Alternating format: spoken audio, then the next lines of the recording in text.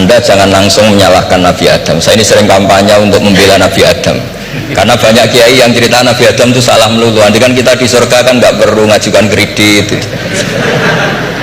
nggak perlu punya istri cantik yang minta ke mall, karena kelebihan bidadari itu cantik, nggak minta belanja.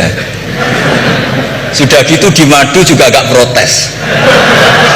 Tapi kalau di dunia itu sudah minta belanja, di madu protes.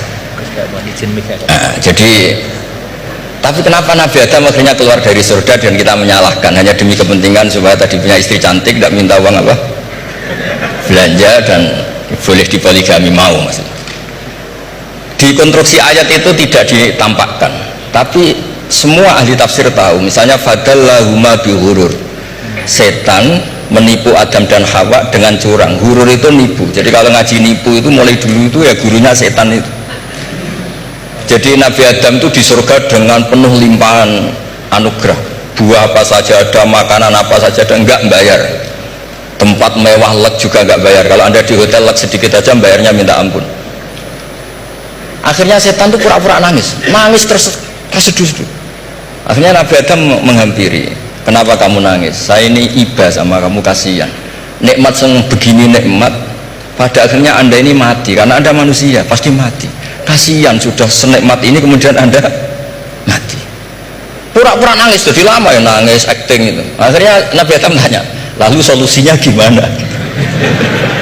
Terus setan tinggal numpangi, hal adulluka ala syajaratil khuldi wa mulkil la yafla.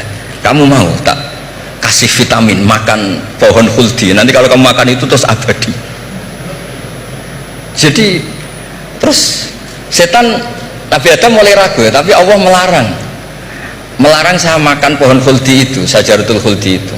Kamu tidak usah cari tafsirnya, itu anggur apa ketela apa duren, itu namanya orang kurang penggawean itu gak penting. Ketika Allah tidak menjelaskan detail itu berarti detailnya itu tidak penting. Kamu sok penting nyari itu apa itu. Allah saja tidak menjelaskan, kok kamu yang manusia mau menjelaskan. Akhirnya Nabi Adam tanya, apa betul Allah itu melarang saya makan itu? Terus Allah cerita, wa qasamahuma inni lakuma laminan nasihin. Terus setan itu cerita, demi Allah saya tahu info terbaru bahwa sekarang nggak apa-apa. Jadi hukum terbaru itu. Singkat cerita Nabi Adam makan. Ketika makan, berarti setan salah karena menipu Nabi Adam, Adam salah karena makan pohon khuldi tadi. Apa yang terjadi? Allah manggil Nabi Adam, Adam, kenapa kamu makan itu? Bukankah pohon-pohon yang lain, buah-buah yang lain itu cukup? Kenapa kamu makan yang saya larang itu? Terus jawab Nabi Adam ini yang unik, yang kita harus bela Nabi Adam ila yaumil qiyamah. Wa izzatika ya Rabbi ma adzunnu anna ahadan yahlifu bika kadziban.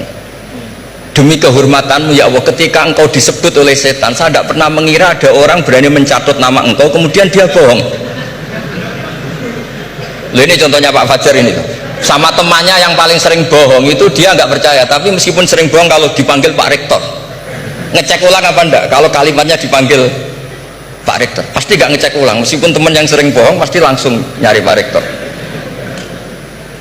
Saya misalnya sebagai murid Mbah Maimun punya teman yang sering bohong sekalipun, terus bilang Gus dipanggil Mbah Maimun, pastilah langsung ke sana, karena disebut nama itu orang sudah ada berpikir jelimet. Ketika engkau disebut ya Allah, saya tidak pernah ngira ada orang mencatat nama engkau kemudian dia bohong, sehingga Allah itu haru sama Nabi Adam. Makanya Nabi Adam itu diusir. Ini meneruskan ayat yang dibaca Mas Majid tadi, diusir tapi disangoni. Dam, secara prosedur hukum kamu harus saya usir karena kamu melanggar, tapi tak sangoni. Lucu kan? Tak sangoni, kamu baca ini ya. jadi unik. Makanya ayatnya fatalaqqa Adamu mir Rabbi, bukan kreasinya Nabi Adam. Kalimat itu bukan kreasi Nabi Adam, tapi hadiah sama Allah. Ini kamu secara laturan tak usir tapi tak sangoni, ini dibaca nanti. Tapi Nabi Iblis tidak disangoni karena memang dia penipu betul.